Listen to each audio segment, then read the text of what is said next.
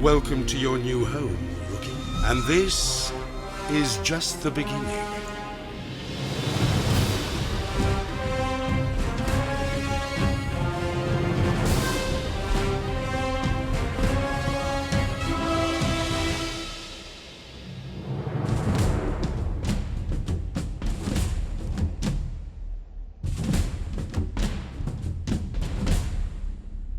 Welcome back, my name is LastKnownMeal, and this is something I never thought I would ever say. Today we're taking a look at the upcoming Gothic 1 Remaster, which is coming in December of 2021. Yesterday I nearly passed out when I saw that there is a playable demo of the game, and for years I have been preaching that Gothic 1 needs a remake, and guess what? It seems that our wishes have been answered. Or were they? So first off the bat, as I was on top of my climax or excitement, I saw that the remaster is not made by Piranha Bytes but rather THQ Barcelona. They released this just out of the blue. There weren't any hints that this game was coming. I mean, when THQ Nordic bought Piranha Bytes, I expected for Gothic to return. I talked about it 8 months ago in my video, but I never believed that Piranha Bytes would give that to someone else to make.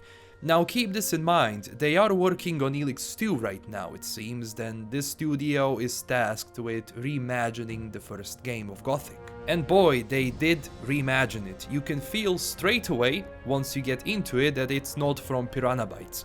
There is a certain way they do their games, and it doesn't matter which IP is it. It could be both Risen or Helix, and they will still have that Gothic RPG vibe to it. I mean, the Piranha Bytes vibe in it. Now, I'm not dissing the current studio. I'm glad that someone picked this up. I would want Piranha Bytes, but still, we have what we have. It doesn't mean that someone else won't do a good job. So as a lifelong fan of Gothic, here is my review of the current demo we have, where we replay through the prologue of the game, going down into the colony and then proceeding towards the old camp.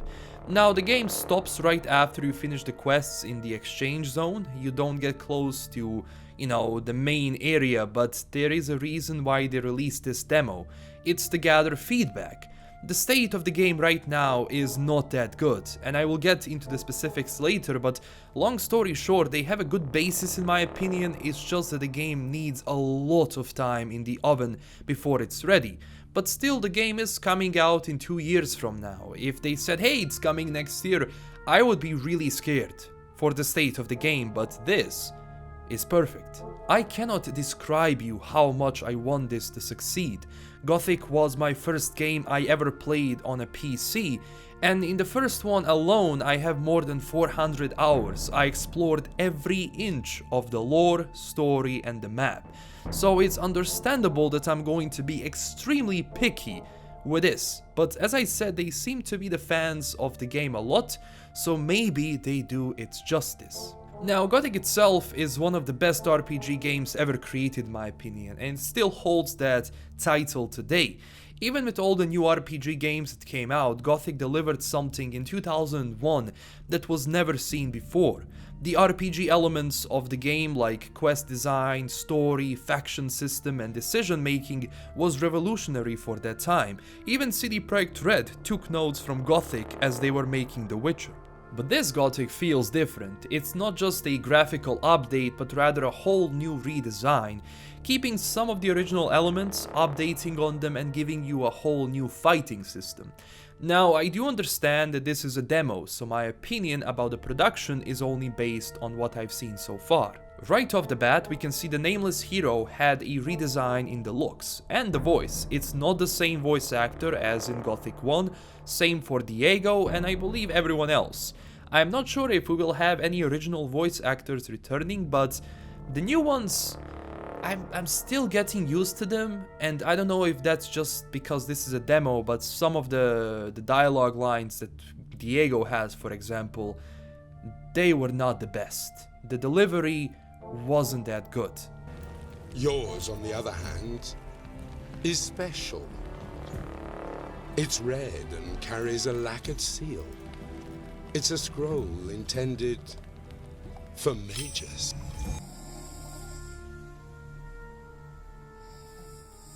I mean, exploration is still there, as it should be, and they promise that the world is going to be open, so please, please, no level scaling and no invisible walls. Because in some zones in Gothic, you will have beasts and humans and orcs that will tear you in half with one hit, if you are not ready for them, which was the #1 thing I liked in Gothic 1 Classic, because you feel so weak against other people at the beginning that you have to think really hard where to go and what to do. Because you have to find your own way through the Valley of Mines. It's always been like that, and your exploration was rewarded with loot, especially if you looked far enough. Next thing is the combat. It's so different than the original. The original one had its limitations, of course. The combat was based on you choosing from which side to attack with your keyboard and how to defend yourself. Meanwhile, in Gothic 1 Remaster, it's heavily inspired like games for Honor, for example. You move your mouse in the direction of the attack and see from what direction the enemy is attacking so you can defend yourself and parry if possible. I know a lot of people would prefer a combat similar to the one like we had in The Witcher 3 and what new Piranha Bytes games offered. Even that had problems, but it was good for a lot of people. But this is interesting if they pull it off. I mean, I do like the idea, but it needs a lot of polishing, and when I say a lot, I really do mean a lot.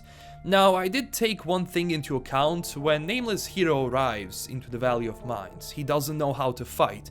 That is shown in the classic game. Because he's holding the sword with 2 hands, you are very limited with your attacks. And as you train, the Nameless Hero gets better with combos and speed of attacking. Here, fighting enemies is clunky. His lack of knowledge in fighting is visible. He's going to swing his sword like a madman, but the problem I have is that sometimes it's not as responsive or fluid as it should be. Fighting multiple enemies is difficult to the point where my character is going to start spinning because he doesn't know where to look and how to lock in someone. And the enemies are going to take advantage of that and kill you really easily. I hope they also make it faster and, again, more fluid, so that if I parry someone, it's natural to try and do a combo, especially if you could do a combo from various sides. Now, Gothic is a difficult game for beginners. It's always been like that. Piranha Bytes doesn't guide your hand when you play. You have to figure out stuff out for yourself. That means straight out of the game, when you actually arrive into the Valley of Mines, you can go anywhere you want. Now, obviously, some of the enemies are going to kill you really easily, but you could choose where to go. And if this game keeps that, it's going to be a huge plus in my book. And also the quests in the game have to be fleshed out, like in the first one, because the first game, the original game, gave you so much freedom on how you finish each and every single quest.